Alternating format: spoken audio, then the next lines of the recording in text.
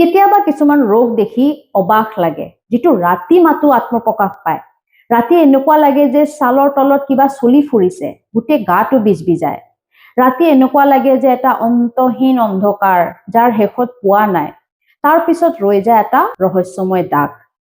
এই ৰোগ নহয় মাথো এটা নীৰৱ সংক্ৰমণ। য়েছ, এই বিষয়ে আজি আমি কথা পাতিম, যিটো নাম হৈছে স্কেবিজ। এইটো এটা এনেকুৱা বেমাৰ যিটো ৰাতি বেছিকে প্ৰকাশ পায়, ৰাতি বৰ বেছিকে খজুৱায়, নিদ্ৰাত অসুবিধা কৰে আৰু বহুত বেছি কমন হয়। Welcome back to my channel. মোৰ নাম ডক্টৰ মানালী, MD ডাৰ্মাটলজিষ্ট। আজি আমি এই বিষয়ে কথা পাতিম। আপোনাৰ বা আপোনাৰ ওচৰৰ মানুহৰ কাৰোবাৰ যদি হৈছে, ফেমিলি মেম্বাৰ যদি ৰাতি এনেকুৱা বেছিকে খজুতি দেখা পাইছে, তেতিয়াহ'লে এই ভিডিঅ'টো আপোনাৰ বাবে চাব আৰু লাইক কৰিব আৰু যিমান পাৰে শ্বেয়াৰ কৰিব। মোৰ চেনেলটো যদি এতিয়ালৈকে ছাবস্ক্ৰাইব নাই কৰা, প্লিজ ছাবস্ক্ৰাইব কৰি দিব। Let's see what our dermatologist Dr. Manali has to say today. Scabies এটা এনেকুৱা বেমাৰ যিটো চাৰ্কপ্টিছ স্কেবি নামৰ এটা মাইক্ৰস্কোপিক পেৰাচাইটৰ বাবে হয়। এই পেৰাচাইটটোৱে কি কৰে, ছালৰ তলত সৰু সৰু টানেল বনায় আৰু এই টানেলবোৰত সৰু সৰু কণী পাৰে। এই কণীটো যেতিয়া ফাটি পেলাই আৰু নতুন মাইট জন্ম হয়, লাহে লাহে ইয়াৰ নাম্বাৰটো বহুত বেছি বাঢ়িব ধৰে আৰু চিমটমছ আৰু চিভিয়াৰিটিটো বাঢ়ি যায় বেমাৰটোৰ।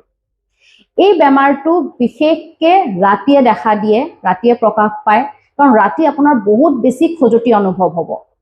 এই বেমাৰটোত আপোনালোকে সৰু সৰু দানা দানা নটিচ কৰিব পাৰে, স্পেচিয়েলি ফিংগাৰ ৱেবছত, মানে আঙুলিৰ ফাকত, পেটত, ৰিষ্টত, ইনাৰ থাইজত, জেনাইটেল বা প্ৰাইভেট এৰিয়াত, এনেকুৱা জেগাত বেছিকৈ খজুৱাই আৰু চিমটমছ দেখা দিয়ে।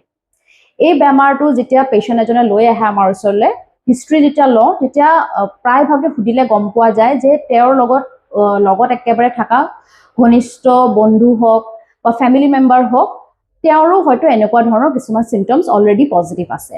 কাৰণ এইটো এজনৰ পৰা আৰু এজনলৈ স্প্ৰেড হয়, direct person to person spread হয়। আৰু আপোনালোকে যদি কাপোৰ শ্বেয়াৰ কৰে, টাৱেল, বেডশ্বীট, বেড শ্বেয়াৰ কৰে, তেতিয়া আৰু বেছিকৈ এইটো ইজিলি স্প্ৰেড হ'ব পাৰে। হোষ্টেলত থকা ল'ৰা ছোৱালীৰ মাজত বহুত বেছি স্প্ৰেড হয়, কাৰণ হোষ্টেলত এটা ৰুমতে থাকে, এজনে ইয়াৰ বিচনাত বহিলে আৰু এজন তাত গৈ পেলাই আকৌ অলপ পিছত বেলেগ এজনৰ বিচনাত বহিলে, তেনেকৈ এইটো মাল্টিপ্লাই হৈ গৈ থাকে।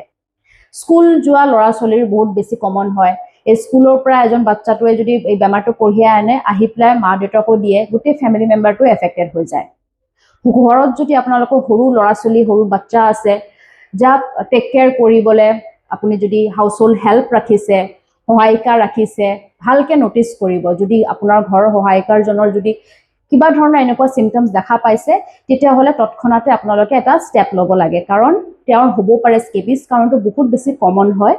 আৰু তেওঁৰ যদি হৈছে, আপোনাৰ বাচ্চাৰো কিন্তু বহুত বেছি ৰিস্ক হৈ যাব, স্কেবিজ হ'ব পাৰে। এই বেমাৰটো কেনেকৈ ঠিক কৰিব পাৰি?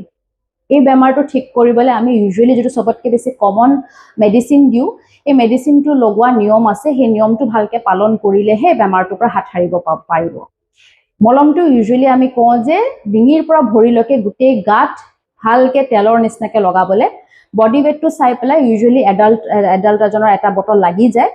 ভালকৈ তেলৰ নিচিনা লগাই ৰাতি আজি লগালে ছাপ'জ, তাৰপিছত কালি ৰাতিপুৱা গা ধুই দিব লাগে ভালকৈ। গা ধোৱাৰ লগে লগে গোটেই কাপোৰ কানি, বেডশ্বীট যি ইউজ কৰি আছিলে, চব ভালকৈ গৰম পানীত ধুই দিব লাগে। এই প্ৰচেছটো আকৌ এবাৰ আমি নেক্সট এসপ্তাহ পিছত আকৌ এবাৰ ৰিপিট কৰিব দিওঁ। আৰু লগতে গোটেই ফেমিলি মেম্বাৰ যোনে লগত থাকে, তেওঁকো কওঁ যে এবাৰ এটলিষ্ট এই মলমটো যেনেকৈ পেচেণ্টজনে লগাইছে তেনেকৈ লগাব লাগে। কাৰণ হয়তো বেমাৰটো অলৰেডি স্প্ৰেড হৈ গৈছে ফেমিলি মেম্বাৰৰ মাজত, চিমটমছ এতিয়ালৈকে দেখা দিয়া নাই। কাৰণ এইটো বহুত বেছি স্প্ৰেড কৰে। এজনৰ যদি ঘৰৰ মানুহৰ যদি এজনৰ কাৰোবাৰ হৈছে আৰু এজনৰ হ'বই তেনেকুৱা চিটুৱেশ্যন হয়, প্ৰায়ভাগে এইটো দেখাই যায় যে আৰু এজন ফেমিলি মেম্বাৰ এফেক্টেড হৈছে। সেইকাৰণে গোটেই ফেমিলি মেম্বাৰটো লগোৱাটো বহুত ইম্পৰ্টেণ্ট হয় মলমটো। পেচেণ্টে অকল নিজে লগায়, কিন্তু বেলেগ মেম্বাৰে লগাবলৈ দিগদাৰ পায়, একো বেমাৰ হোৱা নাই কিয়নো লগাম তেনেকৈ ভাবে। কিন্তু গোটেই ক্ল'জ কণ্টেক্টছ মানুহৰ এই মলমটো বা এই প্ৰচিডিউৰটো ফ'ল' কৰাটো বহুত বেছি ইম্পৰ্টেণ্ট। হোষ্টেলছবোৰত বহুত দিগদাৰ হয়। হোষ্টেল এটা ৰুমত মই নিজে দেখিছোঁ, এনেকুৱা পেচেণ্ট আহে যে 7জন 8জন ল'ৰা ছোৱালী একেলগে থাকে, ছোৱালী একেলগে থাকে, তেতিয়া বহুত দিগদাৰ হৈ যায়। তেতিয়া আমি ৱাৰ্ডনক মাতি পেলাই কাউন্সেলিং কৰাওঁ যে গোটেই ষ্টুডেণ্ট স্পেচিয়েলি যোনে এটা ৰুম শ্বেয়াৰ কৰে, তেওঁলোকে এটলিষ্ট এবাৰ হ'লেও মলমটো এনেদৰে লগাব লাগে। তেতিয়াহ'লে গম পালেনে বেমাৰটো কি হয়?